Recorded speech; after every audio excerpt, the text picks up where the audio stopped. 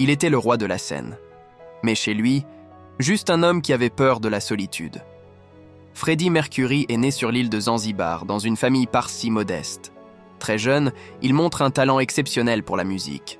À l'école en Inde, il est souvent mis à l'écart, moqué pour ses dents, sa différence. Son seul refuge, c'est son piano.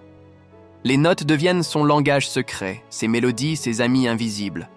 Quand la famille s'installe en Angleterre, Freddie découvre un monde froid mais plein de promesses. Londres sera sa terre d'adoption. Là, il rencontre Brian May, Roger Taylor et John Deacon. Ensemble, ils créent Queen. Et le destin s'emballe. En quelques années, ils remplissent les stades, vendent des millions d'albums, inventent un son unique. Bohemian Rhapsody, We Are the Champions, Don't Stop Me Now. Chaque chanson devient un hymne. Freddie fascine. Son charisme électrise les foules. Sur scène, il est invincible. Mais derrière les lumières, la solitude le guette. Le soir, une fois les projecteurs éteints, il rentre dans sa maison de Kensington. Là, pas de fans, pas d'ovation. Juste le silence, son piano et des idées qui le hantent. Il compose à la nuit tombée, de peur de perdre une note, une phrase, un souffle d'inspiration. Freddie rêvait d'amour, d'un amour vrai, sans masque. Il disait « Je peux avoir tout ce que je veux, mais pas un cœur ».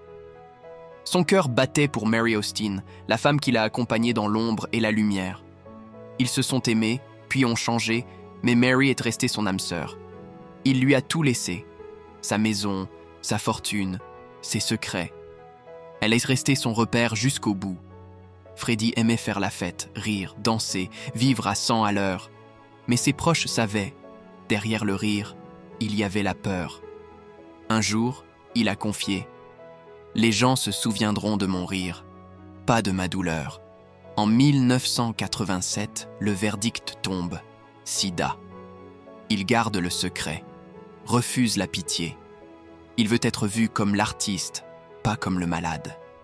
Il continue à travailler jusqu'à l'épuisement. En studio, il chante jusqu'à la limite de ses forces.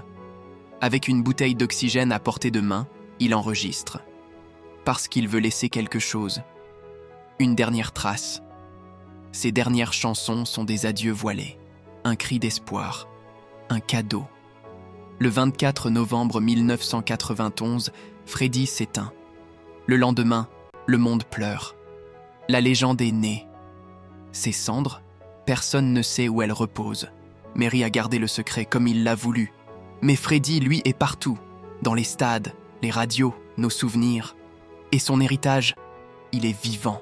Chaque note qu'il a chantée, chaque sourire qu'il a offert, chaque barrière qu'il a brisée. Il a ouvert des portes à ceux qui n'oseraient pas être eux-mêmes.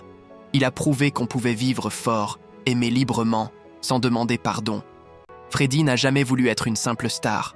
Il l'a dit lui-même, « Je veux être une légende ». Et il l'est devenu. Son nom, sa voix, son courage brillent encore. Et vous, quelle chanson de Freddie vous émeut encore aujourd'hui? Quel souvenir de lui reste dans votre cœur? Si cette histoire vous touche, abonnez-vous, parce que des voix comme la sienne ne meurent jamais.